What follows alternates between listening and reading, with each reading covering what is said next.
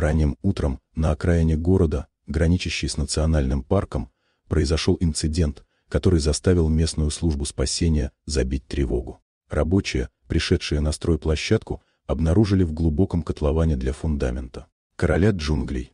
Огромный самец льва с великолепной, но испачканной в глине гривой сорвался в яму глубиной в 5 метров. Яма была обнесена только временным забором. Зверь был цел, но находился в состоянии крайнего ужаса и агрессии, рыча и бросаясь на глиняные стены, которые не давали ему выбраться. Это была идеальная ловушка, созданная человеком. Прибыла команда ветеринаров и рейнджеров. Глава группы, опытный ветеринарный офицер, сразу понял: любая попытка спасти льва – это риск для жизни. В замкнутом пространстве даже напуганный лев может убить человека за секунду. Первым делом зверя нужно было усыпить. Снайпер занял позицию на краю котлована. Точный, быстрый выстрел. Напряженное ожидание. Спустя 7 минут лев тяжело рухнул, погружаясь в медикаментозный сон. Но самое опасное было впереди. Чтобы поднять тушу весом в 250 килограммов, требовалось обвязать его стропами. 2 добровольцев спустились в яму. Они работали в тишине, лихорадочно привязывая широкие ремни вокруг массивного тела. Страх был осязаем. Если львиный наркоз окажется неполным, или если лев вдруг пошевелится, эти 2 обречены.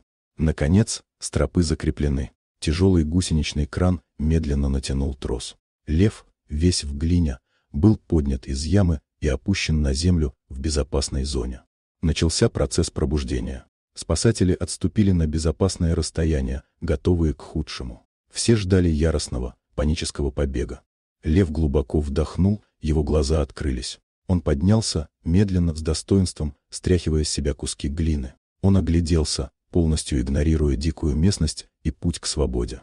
Вместо того, чтобы бежать, он повернул голову. Его взгляд остановился на команде спасателей, стоявших в 10 метрах. Зверь простоял так, глядя на людей, целую минуту. Затем он издал тихий, почти кошачий звук, совершенно не похожий на грозный рык. Он опустил голову, словно кланяясь, развернулся и величественно ушел в заросли по направлению к национальному парку. Этого было достаточно. Ученые и спасатели, суровые, невозмутимые мужчины, стояли мокрые от пота и слез. Лев не поблагодарил, но он признал: они спасли короля, а король даровал им милость и доказательство того, что даже самый опасный хищник способен на благородство. Дорогие друзья, если вам понравилось видео, поставьте лайк, а также подписывайтесь на канал, где наши авторские истории выходят каждый день.